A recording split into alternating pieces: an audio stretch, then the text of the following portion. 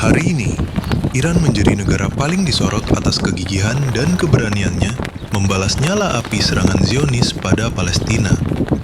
Tak tanggung-tanggung, Iran bagai api yang tersulut oleh minyak. Ultimatum yang ia lancarkan di media tengah mengusik reaksi negara-negara superpower untuk bangun, terkhusus Amerika dan blok Barat. Tak hanya itu, negara dengan kedaulatan Republik Islam ini juga masih tak menunjukkan gelagat gentar terhadap ultimatum balasan dari pihak lawan dan sekutunya. Iran tetap berdiri dengan menegakkan kepalanya bagai sosok yang benar-benar memiliki segudang nyali yang tak ada batasnya. Dengan luas sekitar 1.648.195 km persegi, negara ini dihuni sekitar 91,568 juta jiwa dan mengalami pertumbuhan 1,06% per tahunnya. Dalam banyak pendapat, kecondongan keberpihakan Iran adalah pada negara blok bekas Soviet dan Cina. Sejarah kelam Perang Dunia Kedua masih menyisakan kekuatan yang terpupuk di balik label sekutu Amerika dan juga Rusia Cina.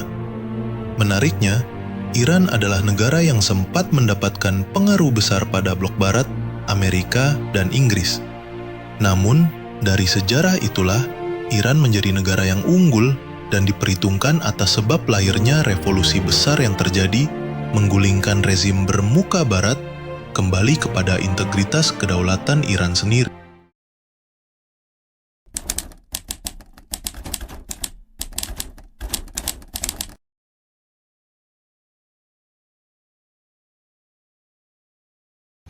Di awal abad ke-20, Iran adalah negeri yang kompang-camping. Kekuasaan dinasti Qajar melemah, rakyat tenggelam dalam kemiskinan, dan kekuatan asing, Inggris dan Rusia, menguasai sumber daya dari balik layar. Lalu muncul seorang tokoh militer ambisius, Reza Khan, seorang jenderal dari pasukan Kosak. Tahun 1925, ia merebut kekuasaan dan memproklamirkan dirinya sebagai Reza Shah Pahlavi, membuka babak baru dalam sejarah Iran. Dengan tangan besi, Reza Shah memaksa Iran berubah.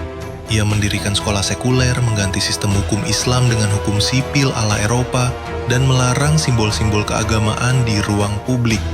Ia ingin Iran menjadi negara kuat, modern, dan dihormati seperti kiblatnya pada negara-negara barat. Tapi modernisasi itu datang dengan harga mahal. Tradisi dihapus, ulama dibungkam, dan rakyat dipaksa meninggalkan jati diri mereka. Reza Shah bukan hanya sekuler, tapi berpaling ke barat, mendekat ke Prancis, Jerman, dan Inggris untuk membangun industrinya. Namun, kedekatannya dengan Jerman membuat Inggris dan Soviet curiga. Tahun 1941, di tengah Perang Dunia II, mereka menginvasi Iran dan memaksa Reza Shah turun tahta. Ia digantikan oleh putranya, Mohammad Reza Shah, yang kelak akan menjadi boneka bagi kekuatan Barat.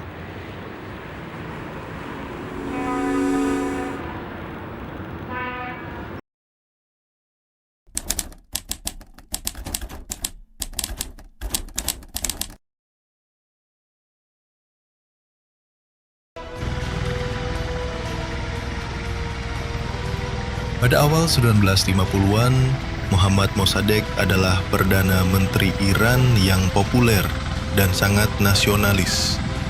Ia menjadi simbol perjuangan Iran melawan dominasi asing, terutama dalam industri minyak yang kala itu dikendalikan oleh British Anglo-Iranian Oil Company, AIOC, cikal bakal BP.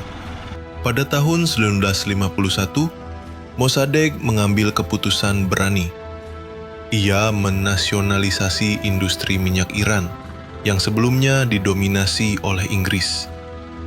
Ini mendapat dukungan luas dari rakyat, namun memicu kemarahan pemerintah Inggris yang merasa kepentingan ekonominya terancam. Inggris pun memberikan kecaman keras dan beberapa kebijakan balasan. Iran dikenai sanksi ekonomi dan blokade perdagangan minyak. Masalah ini telah dibawa dalam meja Mahkamah Internasional. Namun tetap saja dominasi Inggris terlalu kuat. sehingga hanya melahirkan kegagalan yang berulang. Siasat Inggris pun berhasil. Akibat tekanan ekonomi dan ketegangan politik dalam negeri, posisi Mossadegh mulai melemah. Walaupun Inggris sendiri dilarang terlibat langsung di Iran, namun kekuatan diplomasi dengan Amerika Serikat membuat dominasi Inggris masih kuat. Pada puncaknya, di tahun 1953, Inggris dan Amerika Serikat melalui CIA dan MI6 meluncurkan operasi rahasia untuk menggulingkan Mossadegh. Nama Operasi Ajax dipilih oleh CIA sebagai kode sandi rahasia untuk misi tersebut. Nama ini seperti umumnya hanya dipilih secara acak atau semi-acak oleh militer dan intelijen untuk keperluan kerahasiaan dan pengkodean misi. Langkah-langkah kudeta yang dilakukan adalah dengan berawal dari menciptakan kekacauan dalam negeri. Para politisi tentara dan preman di jalanan telah mereka suap untuk memantik pertikaian. Beranjak kemudian, kampanye propaganda besar-besaran pun terjadi. Nama Mossadegh dituduh sebagai pro-komunis dan anti-monarki. Siasat itu juga diperkuat dengan lemahnya dominasi sang penguasa. Mohammad Reza Pahlavi bagai boneka yang mudah untuk digerakkan dan dikontrol kebijakannya. Hingga pada akhirnya ia menandatangani dekrit pemecatan Mossadegh sampai terjadinya demonstrasi besar-besaran pada 19 Agustus 1953. Dampak digulingkannya Mossadegh menjadikan masa depan Iran benar-benar tak menentu. Reza Pahlavi berkuasa penuh, namun tak menunjukkan marwahnya sebagai pemimpin berdaulat. Amerika Serikat dan Inggris kembali memegang penuh kendali sektor minyak melalui konsorsium baru, dan ketegangan antara penguasa dan rakyat pun mulai memanas.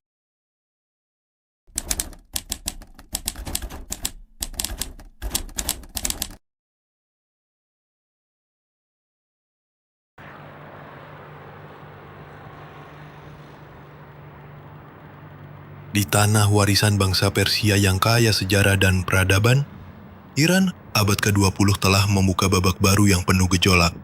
Di tengah kebangkitan nasionalisme dan tekanan kekuatan asing, berdirilah seorang tokoh yang kelak mengguncang tatanan kemapanan kekuasaan itu, ialah Ayatullah Ruhollah Khomeini. Khomeini lahir pada 1902 di kota kecil Khomein, Iran. Sejak muda, ia telah mendalami ilmu-ilmu agama, filsafat, dan tasawuf di pusat keilmuan Qom. Tapi bukan hanya sebagai ulama ia dikenal, melainkan juga sebagai suara paling lantang yang menentang kezaliman.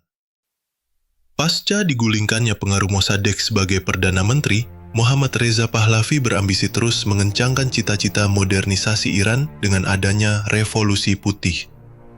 Walau dengan jargon revolusi, namun gerakan itu hanya satu arah, dari penguasa menuju penghapusan ideologi teokrasi bangsanya. Revolusi itu mengarah pada banyak hal yang memantik kontroversi.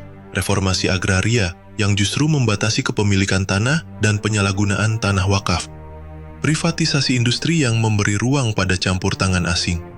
Badan intelijen Safak yang diboncengi CIA, hingga hak perempuan yang dibebaskan menjadi pemimpin.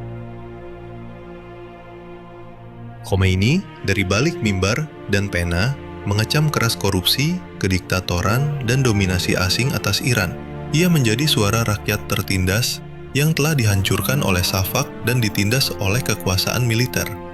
Pada 1963, kritik Khomeini terhadap Shah membuatnya ditangkap dan dipenjara. Rakyat marah, protes merebak, dan darah pun tumpah. Khomeini lalu diasingkan ke Turki, kemudian ke Irak, dan akhirnya ke Paris. Namun dari pengasingannya, suaranya tetap bergema melalui kaset-kaset ceramah yang diselundupkan diam-diam ke seluruh penjuru Iran. Sementara itu, kekuasaan Shah kian rapuh, ketimpangan makin lebar, kekerasan negara makin brutal, dan rakyat mulai kehilangan harapan. Hingga akhirnya, pada tahun 1978, gelombang revolusi tak terbendung. Jutaan rakyat turun ke jalan meneriakan satu nama, Khomeini.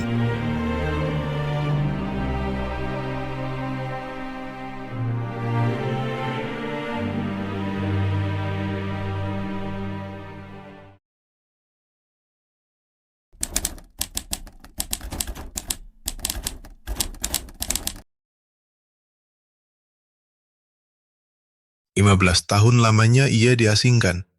15 tahun rakyat hanya mendengar suaranya lewat kaset yang diselundupkan. Tapi pada tahun 1979, langit Iran bersiap menyambut perubahan besar. Sebuah revolusi tak lagi bisa dibendung. Bermula di tahun 1978, kemarahan rakyat Iran mencapai titik puncak. Harga kebutuhan pokok melonjak, ketimpangan ekonomi memburuk. Di balik gemerlap modernisasi ala barat, rakyat justru makin tertindas. Teriakan Mark Barshah mulai menggaung di segala penjuru. Rakyat turun ke jalan, ulama, mahasiswa, bahkan kaum perempuan. Kemudian Januari 1979, Shah melarikan diri. Tekanan rakyat makin menggila. Kota-kota lumpuh karena mogok nasional. Tentara mulai goyah.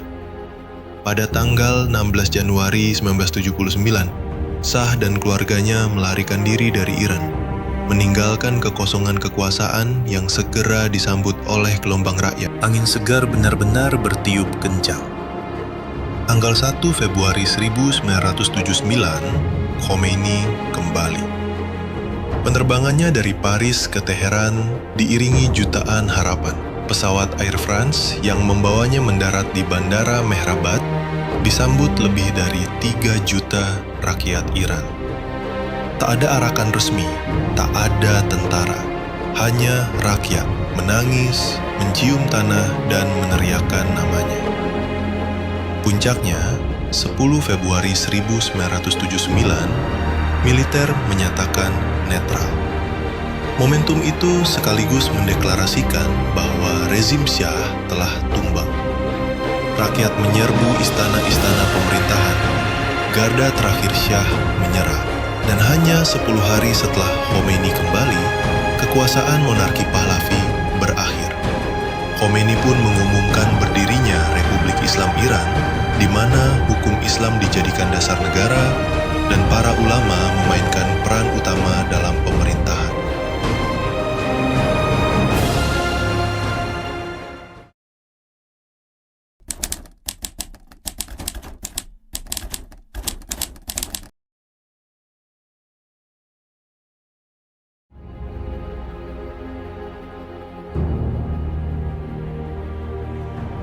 Melihat keberanian Iran hari ini semacam membaca ulang sejarah, bangsa ini selalu teguh dengan kebesaran namanya. Revolusi Iran bukan sekedar penggulingan kekuasaan. Ia adalah letusan emosi, spiritualitas, dan keresahan yang telah lama ditekan. Dari balik pengasingan, seorang ulama berhasil mengguncang tahta raja dan menulis ulang sejarah bangsanya. Iran tetap dalam poros jalurnya. Pasca revolusi besar, ia tetap menyingkuri dominasi raksasa bangsa-bangsa barat. Ia tak bergeming, kokoh pada semangat nasionalismenya, hingga enggan sedikit pun untuk diinjak harga diri bangsanya, apapun resikonya.